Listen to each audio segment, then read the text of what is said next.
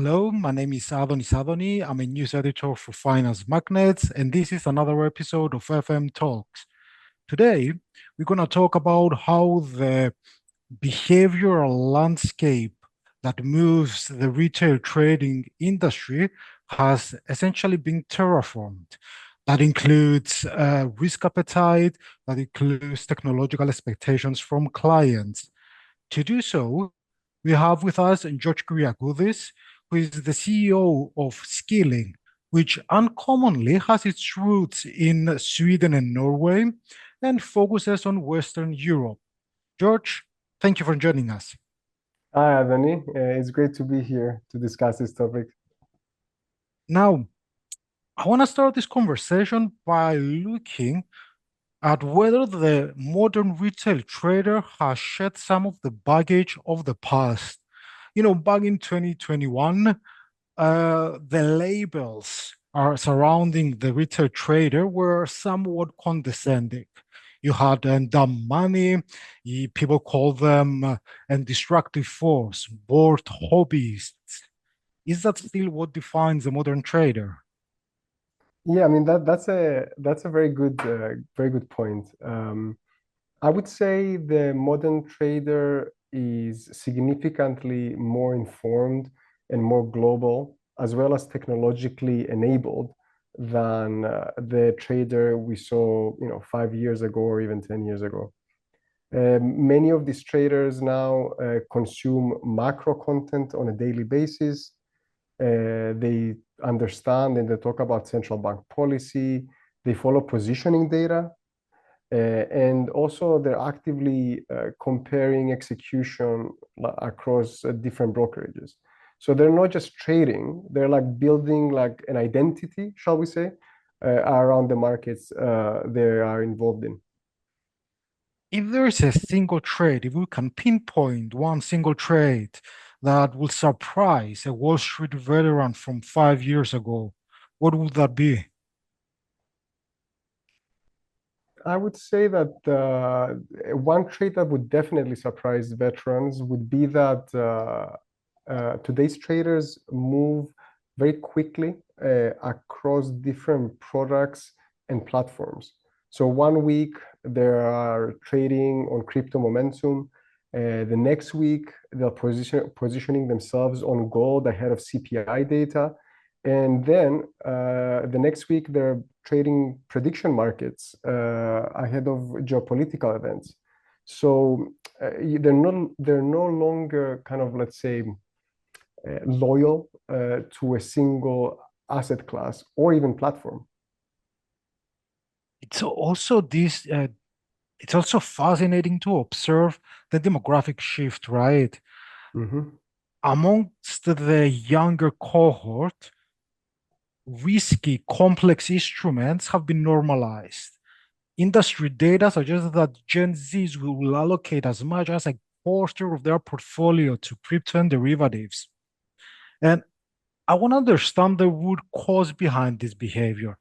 Are we looking at something of a permanent, let's say, evolutionary uh, change in risk appetite?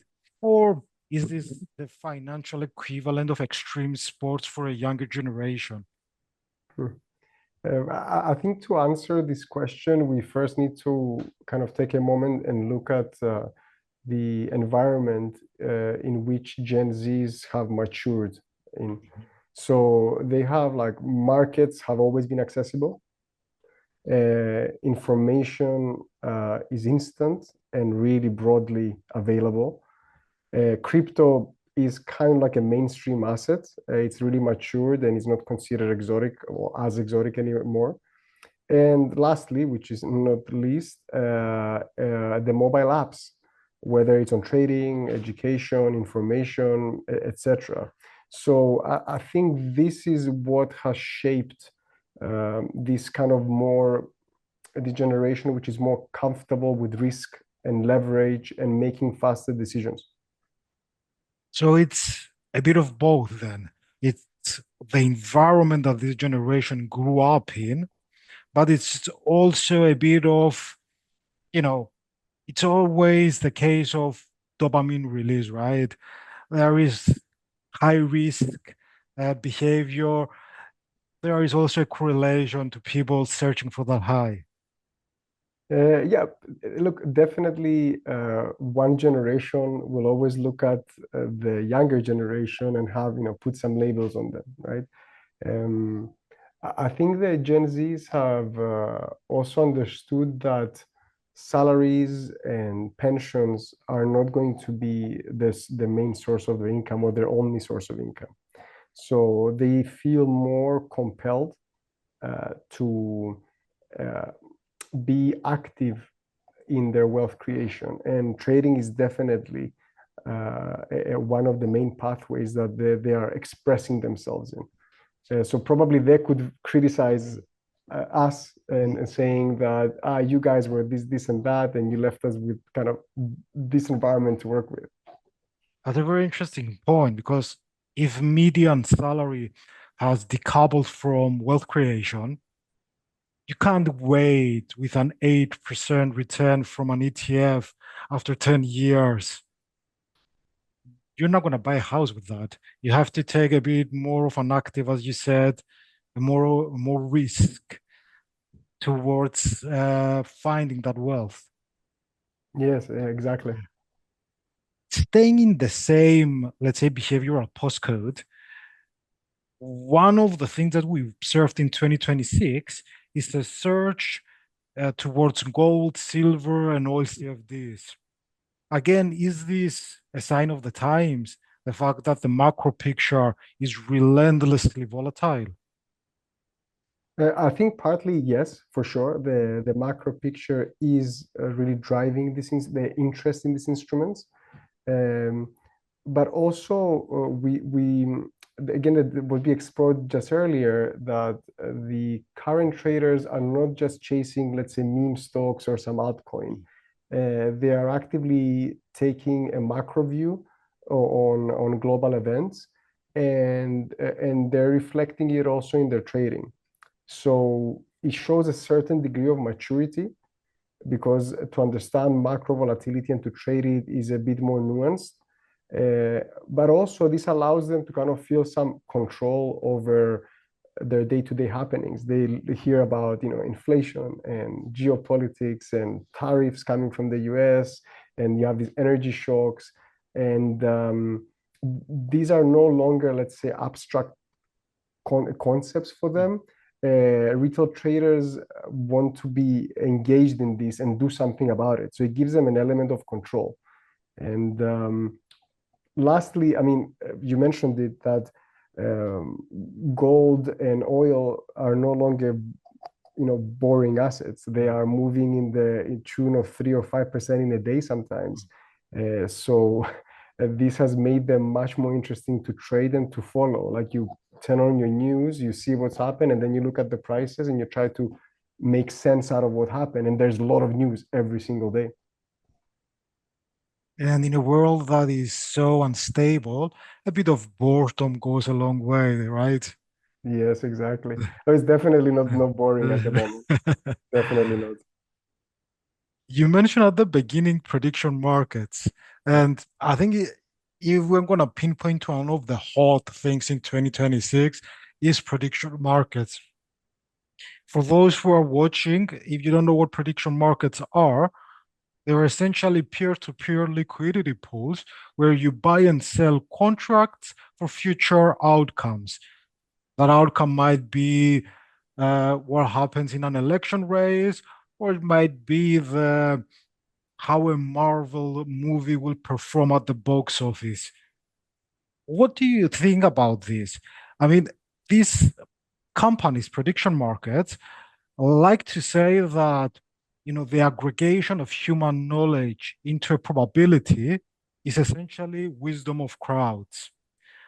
On the other hand, to a cynical observer, they look a bit like binary options. So, what's your take on them?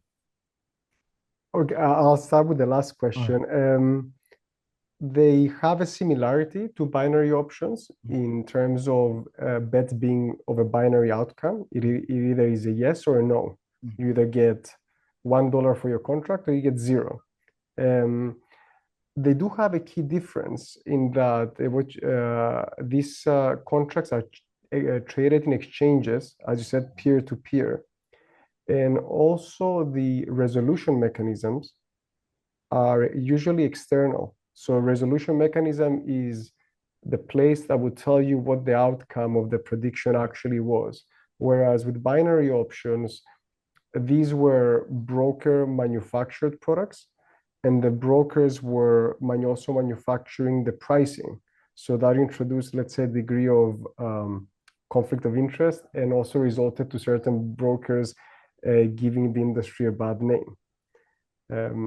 Now, in terms of the broader trend, we are also observing something we haven't seen in a while, which is the US leading this particular market. I'm mentioning that because probably the last time the US led a retail market, was maybe FX trading like 30 years ago. It didn't lead the crypto market. It actually had to accept it in the end. It was like I would say, a late adopter. Whereas now they sit at the very forefront of this industry. And that's positive on many counts. I think that would ensure that the players are well regulated and that there's a proper framework being built around this, which is much better for the retail trader. And then it will trickle down to the rest of the world. Because as you may know, event betting is illegal in Europe. And now that we see this huge contrast, because like maybe a couple of days ago, the CBOE, like a huge exchange operator, has announced that they are designing products for prediction markets. So we're not talking about maybe Kalshi and Polymarket running their own exchanges, but we are seeing very big players positioning for this. Do you think that in the multi-asset race, this will be the next frontier? I think this is definitely one of the main trends that is here now, but it's only early days. This it actually goes very well with with what we were discussing about the Gen Zs and beyond. You're basically trading on information, and the one big difference between trading traditional assets or trading CFDs compared to prediction markets is now you are not trying to trade the price outcome. You're trading the outcome. And I'll give you a small example. During the current US-Iran war, you sometimes saw that you could guess the outcome. Let's say, okay, the US went into war with Iran. Let's say you guessed it. A traditional positioning could have been to go long gold. And probably after the first 2 days of the war, gold just plunged, right? So that creates a lot of frustration and confusion to the traders. So prediction markets may very well become a very kind of useful medium for this multi-asset trader that we're discussing. It goes back to their utility being the wisdom of crowds, and it will only be degraded if the volume or the flow of funding goes to entertainment rather than macro events, right? So if most of what people buy is, I don't know, what's going to happen in the next entertainment civil suit, or as we said, how this movie will perform, we will lose a bit of that utility. Now, beyond the headlines, what poles of attraction are emerging in 2026? And is there a hidden gem instrument or asset class? I mean, we've definitely mentioned quite a few of them right now.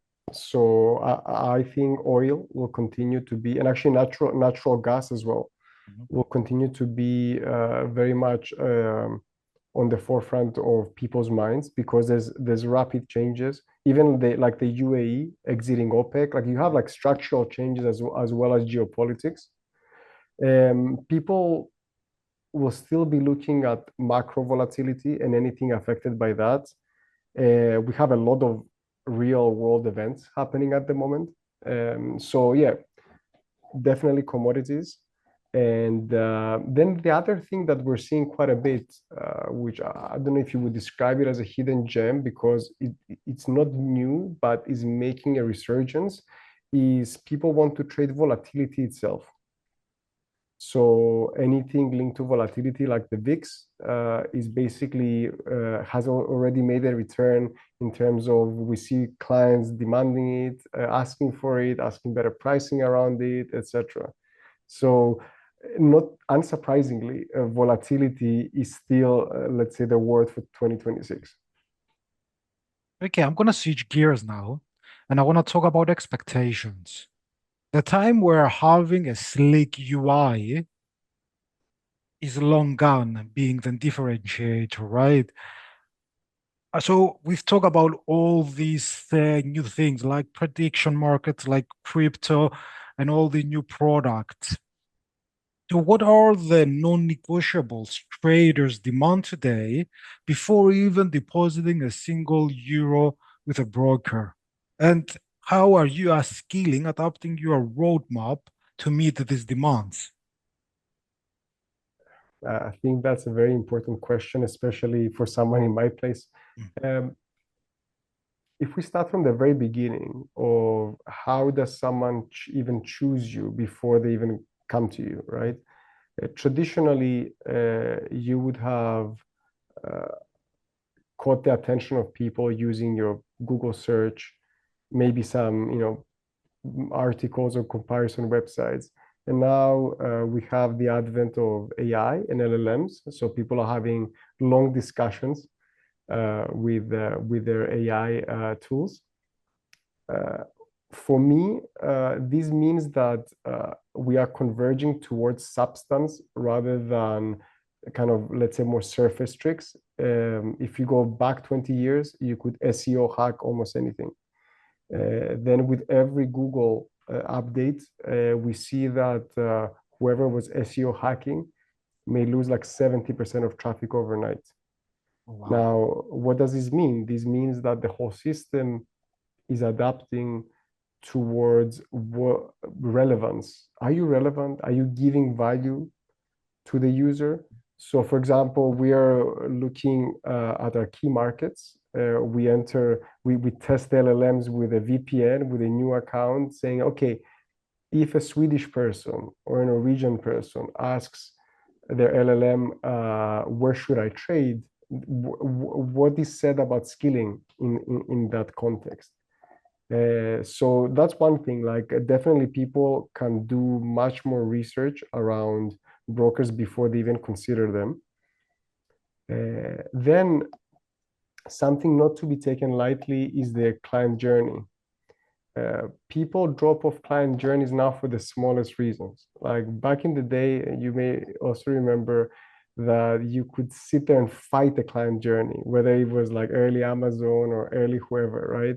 You'd be like, okay, no, it's not working. I'm gonna make it work. And 40 minutes later, yes, I got in. Whereas now, the moment something's not working around the client journey, people drop off. And I would say, especially in Western Europe, and even more intensely in the Nordics.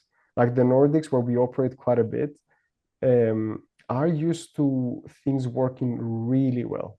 They're used to absolute automation in onboarding. They're used to all the checks being done in the background and them just like gliding through any kind of onboarding, right? So that's one, right? Onboarding is a big deal. You can lose a lot of people there just from something small. And then, look, the gift and the curse of our industry is that we have had this amazingly successful platform from MetaQuotes, the MetaTrader, right? So everybody has MetaTrader. Some select brokers may then also have CTrader. Um, then the question is, how do you distinguish between brokers if all the good ones, let's say, have the main platforms? Uh, Skilling has taken the position a while ago to build its own skilling trader, which is more friendly to the more beginner trader, but you can do all of the advanced trading on it as well. Then also we see that traders have also become very particular about certain trading tools they use. And the recent one in our case has been TradingView. So we've had many traders who they come, they do the smooth onboarding, or before they do the onboarding, they will literally ask their Google or LLM, which broker has TradingView and is good, right? So so we see also the rise of the tools, right? If you don't have this tool, I'm not coming. Why? Because look, I've based all my strategies and my UI on that. So there's quite a few things kind of in play just on a tech level before we talk about local customer support. People like to speak to somebody from their own country. So we're very much emphasizing on that.